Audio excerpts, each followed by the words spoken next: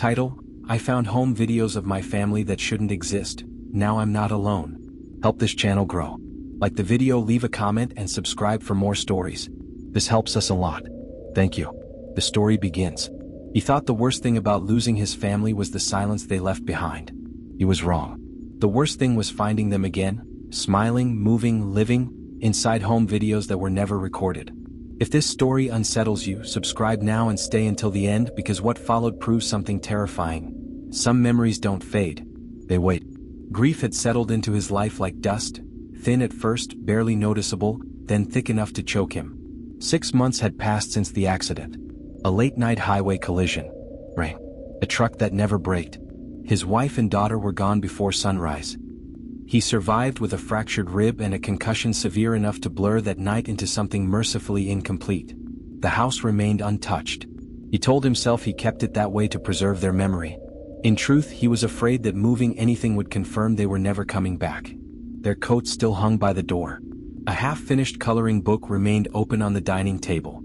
The refrigerator still held the magnets arranged by small, careful hands. The silence inside the house felt alive. It was on a Wednesday evening, after hours of restless pacing, that he decided to clean the attic. He needed a task, something physical to drown out the thoughts.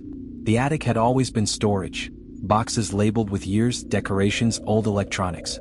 Dust clung to everything in a suffocating layer. He found the box shoved behind a stack of winter blankets. It wasn't one he recognized. The cardboard looked newer than everything around it. No dust settled on the top. No label marked its contents. His name was written on the side in black marker, but the handwriting felt off. Familiar yet subtly wrong. Like a forgery done by someone who had studied him carefully. Inside were VHS tapes. 7 of them. Each labeled with dates. The dates made his throat tighten. They were recent. Within the past 3 months.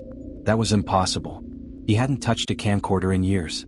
The last time he remembered recording anything was his daughter's 6th birthday, 2 years ago. The old camcorder itself had been boxed up long before the accident. He was certain of it. Yet here were tapes dated after his family had died. His first instinct was denial. Perhaps they were older recordings he'd forgotten. Grief could fracture memory. Trauma could distort timelines. He told himself that as he carried one of the tapes downstairs. The living room still held the old VCR beneath the television. He hadn't used it in years, but it remained plugged in. The digital clock blinked 12 o'clock as if waiting. He inserted the first tape. Static flickered across the screen. Then the image stabilized. It showed the living room. His living room. The same furniture. The same wall clock. The same painting slightly crooked above the couch. The footage quality was unmistakably from his old camcorder. The angle was handheld. The camera moved slightly, adjusting focus. His breath caught when he saw them. His wife stood near the window, sunlight catching in her hair. His daughter sat cross-legged on the rug, arranging plastic animals in a neat line.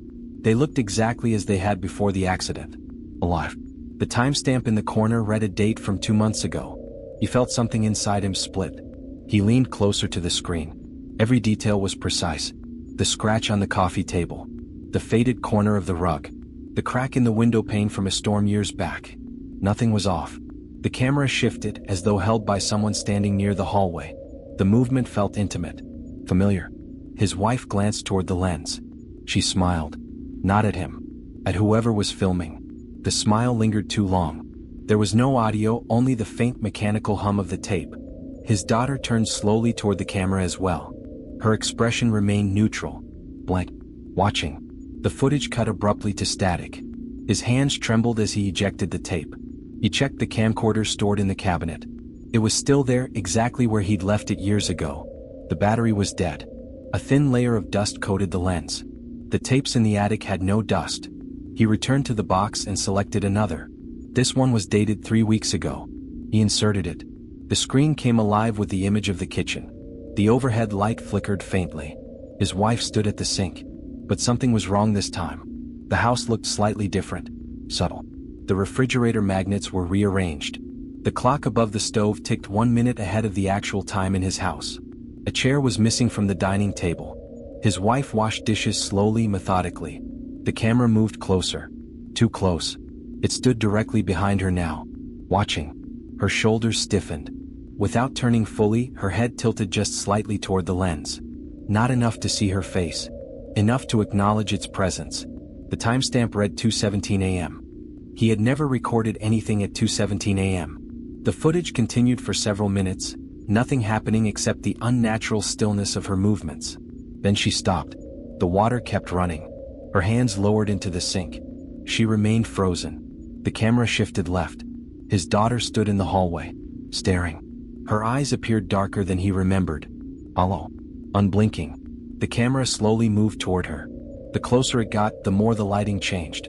The house seemed dimmer than it should be. Shadows pooled in corners unnaturally. The image distorted for a split second. When it stabilized, the hallway behind her was longer than it should have been. Stretching. Endless. The tape cut to black. He stumbled backward from the television. The room felt wrong now. Colder. He walked through the house, checking every corner. Every door. Every window. All locked. Nothing out of place. Except everything felt slightly shifted. He stood in the kitchen. The refrigerator magnets were arranged exactly as they had been in the video. Not as he remembered. His pulse hammered. He was certain he hadn't touched them. He grabbed his phone and checked the date. 3 weeks ago matched the timestamp on the tape. He hadn't recorded that. He would remember. He would have to remember. A wave of nausea forced him to sit down. Grief could cause hallucinations. Yes, that was reasonable. Trauma could create false memories. Yes, but hallucinations didn't rearrange objects. He returned to the attic. The remaining tapes felt heavier now. One of them had no date. Just a single word written across the label. Tonight. His mouth went dry. He checked the current date again. It matched nothing. The tape had no timestamp scribbled, but the word felt deliberate. He didn't insert it. Not yet. Instead, he took the third dated tape. 1 month ago. The footage began in the bedroom. The bed was neatly made. His wife sat at the edge of it. But her posture was wrong. Too rigid. Her hands rested on her knees, fingers slightly spread. The camera circled her slowly. There was no natural sway of a human holding it. It moved smoothly, mechanically, as if mounted. Her eyes followed the lens precisely, tracking it, unblinking. The camera stopped directly in front of her. Her face filled the frame. For several seconds she simply stared. Then the corners of her mouth began to stretch. Not upward in a smile. Outward. Too far. Her lips pulled back beyond natural limits, revealing teeth that looked sharper than they should be. The image flickered violently. When it cleared, the room was empty. The bed was unmade. The closet door stood open. Inside the darkness of the closet, something moved. Not stepping out. Just shifting. The tape ended. He turned off the television. The house was silent. Too silent. He felt watched. Not from outside. From within. From the walls. He walked toward the bedroom slowly. Each step felt heavier than the last. The hallway seemed longer than usual. The air smelled faintly metallic. When he reached the bedroom door, it was slightly ajar. He was certain he had closed it earlier. The bed inside was unmade. His stomach dropped. He hadn't touched it in months. The closet door stood open. He stared into the darkness. Nothing visible. But the darkness felt dense. Occupied. He shut the door quickly and backed away. Something was wrong with the house. Not physically broken, but altered. Subtly rewritten. He went back to the living room and stared at the final tape labeled, Tonight. His hands hovered over it. The clock on the wall ticked louder than usual. He checked the time. 2:12 a.m. His breathing slowed. The previous tape had shown 2:17 a.m. 5 minutes away. The air pressure in the room shifted slightly, like before a storm. The lights flickered. He didn't want to know. But he needed to. He inserted the tape. The screen displayed static for several seconds. Then the image appeared. It showed the living room. Exactly as it was now. The angle from the hallway. He was visible. Standing near the television. Holding the remote. Watching. The timestamp read 2:13 a.m. The camera angle shifted slightly. Behind him. In the footage, the hallway darkened. A shape formed in the shadows. Tall. Indistinct. Moving slowly forward. In real life, he felt a change in the air behind him. A subtle warmth against his back. On the screen, the shape extended something thin and elongated toward him. A hand. Not fully solid. Just slightly blurred. The timestamp ticked to 2:14 a.m. The shape was inches away from touching his shoulder in the footage. His entire body locked. He could not move. The television crackled. The timestamp changed to 2:15 a.m. The shadow hand in the video pressed against his shoulder. In real life he felt it, Oh wait. Cold. Resting exactly where it touched on the screen. His breath stopped. The tape continued playing. On screen, his recorded self began to turn around slowly. Behind him stood his wife. And his daughter. But not as they had been. Their skin looked pale, almost gray. Their eyes completely black. Their smiles too wide. In real life, he felt breathing against the back of his neck. The timestamp changed to 2:16 a.m. On screen, his recorded self's mouth opened in a silent scream. The image distorted violently. The shadow behind him in reality tightened its grip. The clock on the wall ticked once. 2:17 a.m. The screen went black. Behind him, something inhaled deeply. And did not exhale. The television screen remained black long after the tape ended. He did not move. The pressure on his shoulder lingered, cold and deliberate, as if something stood directly behind him considering its next action. His lungs refused to draw a full breath. The house felt smaller, tighter, like the walls had shifted inward by inches. Then the pressure lifted. Not suddenly, slowly. As if whatever had touched him had withdrawn its hand inch by inch. He didn't turn around immediately. Some instinct deeper than logic told him that if he looked too fast, he would see something that would never leave his mind. Instead, he stared at his own reflection in the blank television screen. He was alone. At least, that was what the reflection suggested. The hallway behind him looked empty. But the darkness at the far end felt thicker than it had ever been. He forced himself to stand. Every muscle trembled. The tape still sat inside the VCR. The digital clock beneath the television blinked 2:18 a.m. 1 minute past the time shown in the footage. He pressed eject. The tape slid out with a mechanical whir that sounded far too loud in the silence. His fingers brushed against the plastic casing. It was warm. Warmer than it should have been. He dropped it onto the coffee table and backed away. The air carried a faint scent now. Damp. Earthy. Like soil after heavy rain. He had smelled it once before. At the cemetery. His stomach twisted. He turned toward the hallway. Each step felt measured, cautious. The floorboards creaked under his weight, though he had memorized which boards to avoid years ago. The creaking sounded unfamiliar. The hallway light flickered once. Then steadied. He reached the midpoint and paused. The temperature shifted abruptly. The air grew colder the closer he moved toward the bedrooms. His breath began to fog faintly in front of him. That wasn't possible. It was late summer. The house's thermostat read 72 degrees. He continued forward. The bedroom door stood open again. Wider this time. The darkness inside looked deeper than before. He stepped inside slowly. The bed remained unmade. The sheets lay twisted and pulled toward the edge as if someone had recently risen from it. The closet door was closed now. He was certain he had left it open. A faint scratching sound came from inside. Not loud. Just enough to confirm it was real. 3 slow drags. Then silence. His pulse pounded in his ears. The smell of damp soil intensified. He moved toward the closet carefully. Each step felt wrong, like walking into a memory that was not his own. He reached for the knob. His hand hesitated inches away. The scratching began again. This time from higher up, near the top of the door. As though something inside was standing upright. He forced himself to grab the knob and pull. The closet swung open violently. Clothes hung neatly. Shoes lined the bottom. Nothing else. But the back wall looked different. The paint appeared darker. What? He stepped closer. The drywall seemed slightly warped inward, like something had pressed against it repeatedly from the other side. A low vibration traveled through the wall. Not audible. Felt. He stumbled backward. The bedroom light flickered. Then shut off completely. Darkness swallowed the room. He froze. The hallway light outside still glowed faintly, casting a thin line across the floor.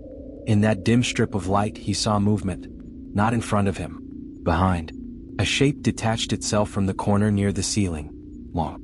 Elongated. Too tall to fit naturally in the room. It moved without sound. He couldn't see features. Just the absence of light bending into a humanoid outline. His legs refused to respond. The shape leaned closer. He felt warmth near his ear. Then the faint sensation of breath.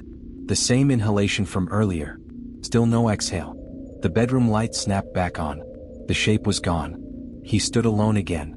But the closet wall now had something written across it. 3 words etched into the paint as if carved by fingernails. We are here. His knees nearly buckled. He backed into the hallway and collided with the wall behind him. The house groaned. A deep, structural sound like wood under pressure. The hallway stretched before him unnaturally. longer than he remembered. The distance to the living room seemed doubled. He blinked hard. It remained elongated. At the far end, near the front door, two figures stood. Small. Still. His wife and daughter. They looked exactly as they had in the tapes. Gray skin. Black eyes. Smiles too wide. They did not move. They simply watched him. The lights overhead flickered rhythmically. With each flicker, they appeared closer. No footsteps. No sound. Just incremental proximity. He staggered backward into the bedroom. When he looked back down the hallway, it was empty again. The house returned to normal proportions. The overhead lights stabilized. His breathing came in ragged bursts. He grabbed his phone from his pocket. No signal. The battery icon drained visibly before his eyes, dropping from 30% to 5 in seconds. Then the screen went black. The temperature continued falling. The smell of earth deepened. He heard something new. A faint rhythmic thudding. From below. The basement. He had rarely gone down there since the accident. It had always felt unfinished and oppressive. Now the sound was unmistakable. Slow. Deliberate. Like something striking wood from underneath. He moved toward the basement door despite every instinct screaming against it. The door stood slightly open. He had never left it that way. The darkness beyond seemed thicker than any natural absence of light. The thudding stopped. Silence returned. He stepped down the first stair. The wood groaned. Second stair. Third. The temperature dropped sharply. His breath fogged fully now. Halfway down, the basement light flicked on by itself. The bulb buzzed weakly. The room looked the same as always. Concrete floor. Old storage bins. Water heater in the corner. But the far wall was wrong. A rectangular section of concrete had been removed, leaving a cavity of exposed soil. Fresh soil. Loose. Disturbed. The smell overwhelmed him. Cemetery earth. The cavity was roughly the size of a shallow grave.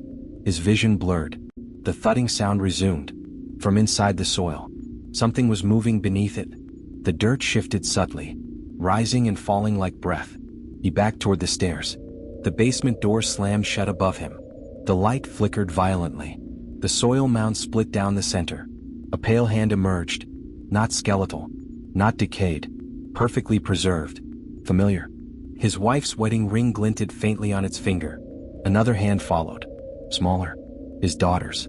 They pushed upward slowly. The soil gave way around them. Faces began to surface. But they were wrong. Their skin looked stretched too tightly across their bones. Their eyes fully black. Their mouths smiling before fully uncovered. He collapsed against the wall. They climbed out of the shallow grave without sound. Standing upright in front of him. Their movements were synchronized. Mechanical. As though controlled by something unseen. Behind them, within the open cavity, another shape began to rise. Taller. The elongated shadow he had seen upstairs. It unfolded itself from the soil like smoke solidifying. Its form remained indistinct. But its presence filled the basement completely. The air grew impossibly heavy. His wife and daughter stepped aside slightly as if making space. The shadow extended an arm toward him. Its hands separated into thin strands of darkness. Reaching. He scrambled toward the stairs, pounding against the door. It would not budge. The basement light shattered overhead. Darkness swallowed everything. Hands grabbed him. Cold. Too many. Holding his arms, his legs, his face. He screamed, but the sound felt absorbed by the walls. The shadow's hand pressed against his chest. And the world shifted. He was no longer in the basement. He stood in the living room. Morning light streamed through the windows. Everything appeared normal. The house clean. Organized. Warm. His wife stood in the kitchen. Alive. His daughter laughed softly on the couch. The air smelled fresh. No soil. No cold. No shadow. He stood frozen. This wasn't real. It couldn't be. But it felt perfect. His wife turned toward him and smiled gently. His daughter ran past him down the hallway. Their eyes looked normal. Human. He felt tears stream down his face. The relief was overwhelming. Maybe the accident had been a nightmare. Maybe he had imagined everything. Maybe this was the real timeline. But something in the corner of his vision twitched. A flicker near the hallway ceiling. He turned slowly. The elongated shadow clung there, flattened against the surface like a stain. Watching. Its presence vibrated beneath the illusion. His wife and daughter continued moving naturally. Unaware. Or pretending. He understood then. This was not restoration. It was containment. The tapes had not shown the future. They had been recordings from here. From this version. A version where the house held him forever. He backed toward the front door. It would not open. The windows would not shatter. The shadow peeled itself from the ceiling slowly. His wife and daughter stopped moving simultaneously. Their smiles widened unnaturally. The illusion cracked. The walls darkened. The light dimmed. The smell of earth returned. The living room shifted back to decay. Dust coated everything. The tapes lay scattered across the floor. The television flickered to life on its own. On screen, a new recording played. The timestamp showed tomorrow's date. It showed the living room empty, except for the shadow, standing center frame, watching the camera, waiting. He felt hands wrap around him again. Cold, unyielding. The screen flickered to another angle. Him, standing in the hallway, eyes completely black, skin pale, smile stretched too wide, watching the camera. The shadow had not come to haunt him. It had come to replace him.